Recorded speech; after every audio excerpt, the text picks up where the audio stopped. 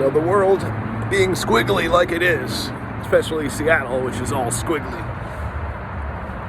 full of gangs and organized crime, you can figure out what I mean by that.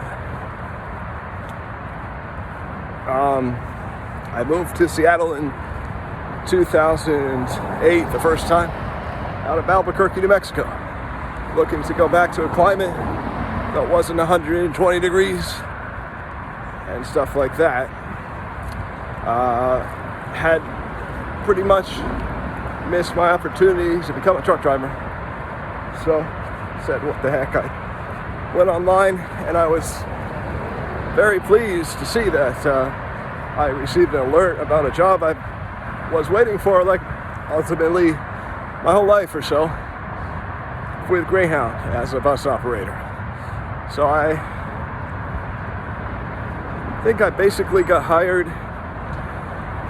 out of Albuquerque, but I needed like employment to sustain me, because I did a hard quit from Securitas, not realizing that like you have to reapply if you do that. Didn't really know how to do it, didn't really ask for like a new location, a new city or something. So anyway, came out here,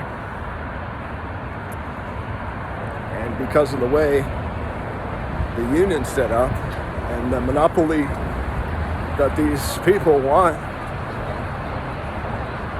they didn't want, I guess, a no-nonsense guy like me driving the buses. So they conspired against me in a lot of ways. For example,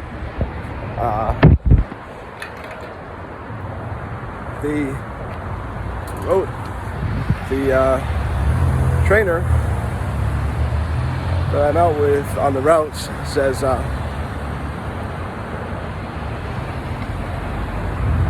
you can, once you get to like Ellensburg, you know, you can sort of cut loose a little bit, take off that tie, maybe put on a different hat than you're supposed to wear, maybe slip into a jacket that is in regulation, right? So he set me up kind of for failure, because at Ellensburg is where the dickhead supervisor likes to hang out. And so I think I loosened my tie or removed it. You really can't remove your tie at Greyhound. But anyway, they can put you out of service with the DOT for removing your uniform that you're assigned by your company. And it's kind of like a ticket. It's really stupid. So he says, I don't want to do that. I'm like, you'd be shooting yourself in the foot, because this route wouldn't have a driver. And what would you do then? How would you get these people eastward to where they're going? So he didn't do that. He couldn't do that. But, probably he wrote me up or something. Or maybe he said, I'll let you off at the warning, or something stupid like that, right? So they had it in for me. And in addition to that, I can't prove psychically that they messed with me, but they can. They can do that. People can get into your head any number of ways. Hypnosis, NLP, and they can lay out a plan for you and get you into a disaster with like words and programming and make that happen to you. So I got into a mess in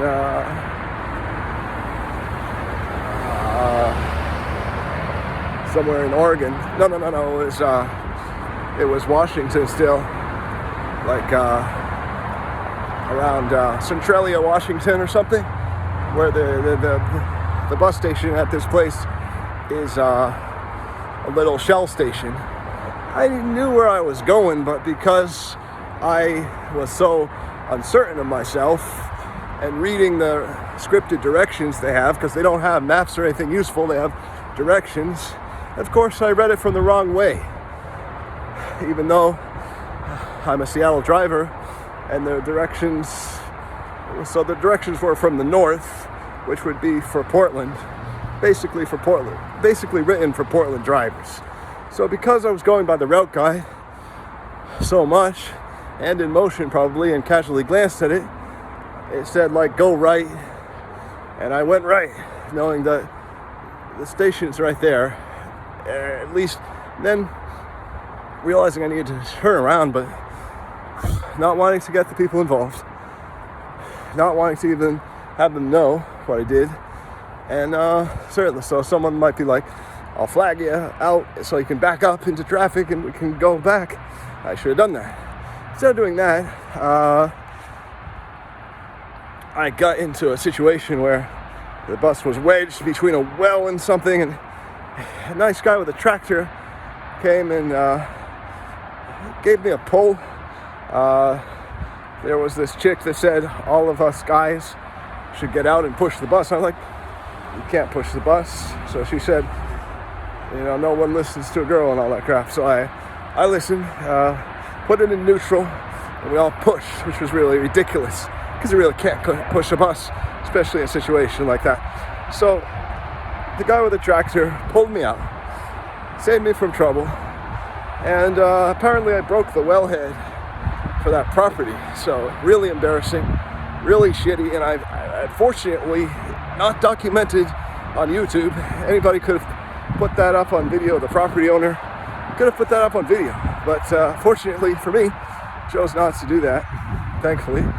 And the record came out because I called, you have to call a hotline, which is really stupid about Greyhound, at like an 800 number, and wait like a dumbass customer waiting.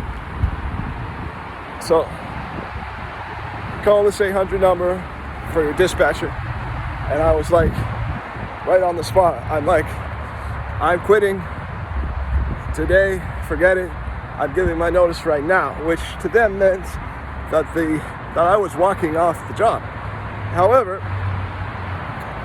unbeknownst to me, and I lost the signal, they were sending a record, and so I got pulled out by the tractor guy, thank you very much, etc.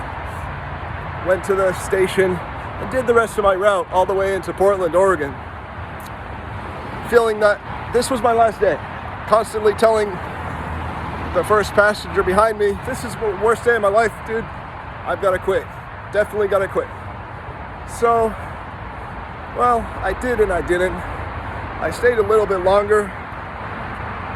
I made some winter pay because you get second rest benefit with the union anytime you're at a hotel that's not on your route for multiple days and stuff like that.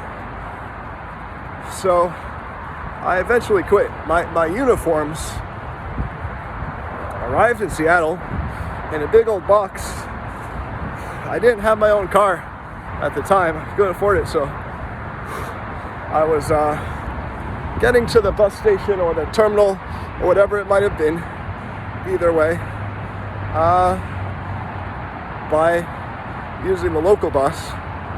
And of course, that has its problems too. But anyway, like, I don't know if I could afford the taxi cab yet to get that big old box full of clothes, take it home, and essentially don a uniform that I had been wanting to wear my whole life, which I thought was kind of cool looking, like a airline captain, all that. So I contemplated this, and I was like, I waited my whole life for this, and I left Albuquerque, New Mexico to do this. And I want that uniform so bad. It's so attractive to me to wear that uniform. Makes me feel like a real airline pilot, right? So, long story short, I decided that with all the hassle that you have to go through, you have to call that 800 number, things on the bus don't work, things fail. I didn't want a road failure. I didn't want another situation like that where I was in somebody's property, right?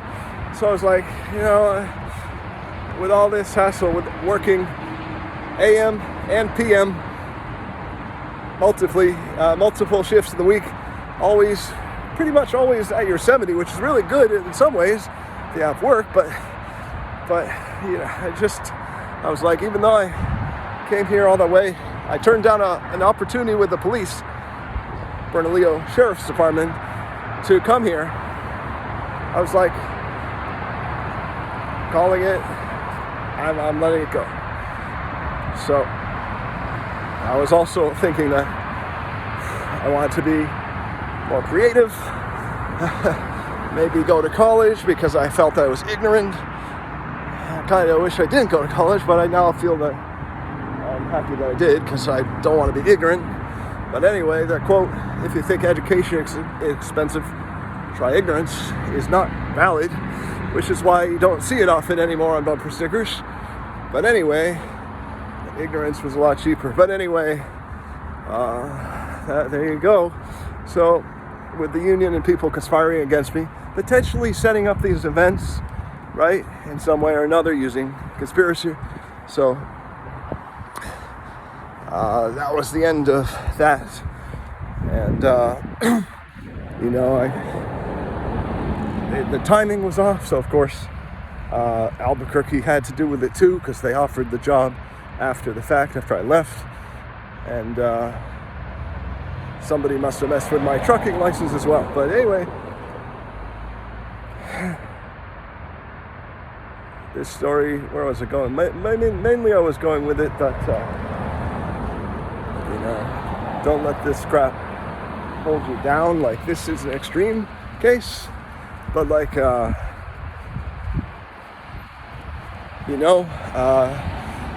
you'll make it in the end. Like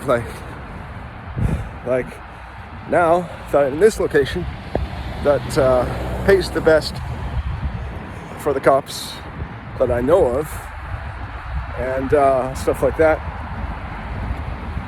Well, I've been here a total of 9 years between that one time I came here and came back after college a while later. And the mob is still against me. The unions are still monopolized, right, against me. But in the end, I'm here. I'm a resident here, and I'm sort of at the point where it could work with the police option. If I get my fat ass into a bit more shape, stop being chunky, even though I'm vegan, which I'm surprised. I don't eat a lot of carbs. I eat very minimal sweets, if any, and I just don't run my ass off. That's why. But I'm just surprised that it already happened so fast. But of course, it did for everybody, with goddamn Fauci and those people who really cripped us all with that virus grown in their lab, U.S. funded. So we're all cripped. We're all in that point together, and they can't do it forever. And I don't even know if they exist. Are we just chasing our own tail and fighting each other, holding each other back? Well, to some degree they do exist, like the conservatives, the establishment, the Illuminati. And I don't know the half of it. I don't want to know. I don't know that I want to know the half of it by becoming an officer and learning stuff and finding out the hard way that, like, you can't ticket the rich or you're gonna lose your job or some shit like that, which I believe applies. Like, leave those rich kids alone. Don't pull them over for their drug driving or their fucking insanity on the road. Just let them go, right? Which I'm not gonna do. But there is pressure from the top like that by the establishment to protect itself. Anyway, long story short, I just wanted to tell you it's a short story long, really, right? I wanted to tell you like how it works, how I came to be here, sort of, and what I intend to do about it. So what I intend to do about it is get into the police. Doesn't matter what city. Could be Boston. I don't really want to be at the mercy of the mob, especially in Boston making shit wages as a cop. But again, as you have heard from this story, uniforms are important to me. That 8-point hat that they give you in any Massachusetts police force is, to me, professional, good looking, and I know the most about Boston, but I could also be here, or Portland, or somewhere, right? Wherever I'm accepted, right? And it wouldn't surprise me if the dumbass psychologist, I don't want to call him a dumbass, but the psychologist who does the psychological battery wants to keep me out because of a history of reported schizophrenia, which according to any book, I did not have. So, again, another conspiracy that was thrust upon me. And I see in this whole story an attempt to stop my life, to oppress my life because of what I could have been. Maybe by my parentage or the place I grew up or something. They figured out that I could have been this and that and this, that I will be still, but they tried to keep me back and hold me back and essentially kill me, especially by depriving me of wages, a living, and then various things like that. So, I'm not entirely just shooting the shit. I'm voicing what happened to me. I'm voicing a very human rights issue driven experience. So I don't want anyone else to go through that, what I've been through, and I think it's still happening. Like, you know, the railroad in Boston is probably still not going to hire me after they changed hands so many times, you know, just because I'm not established there and whatnot. Although it could be a great job for between now and when I take the exam and become a cop. Still need a couple of years for that, and you know, graduate my program. Very interested in that. Of course, they've been trying to prevent me from graduating the program too by not having enough support or something like that. But yet they couldn't do that, so I will graduate from the program most likely, and in all likelihood become a licensed therapist, which, if nothing else, would prevent me from ever being institutionalized again by rights and privilege. So there's no way that you can do those things and detain someone for so long that has that licensure and that experience, that expertise, without looking really, really, really, really bad. And I think they will look really, really, really bad in the future for the past 7 years of wasting my life that way. Other than that, you know, I do get self-conscious about the time I talk to you. I feel like I yammer about these things a lot, but it is a civil rights story. So it's a human story about, you know, an American. So anyway, maybe you face some of the same things, and I hope you don't have to deal with them. Thank you.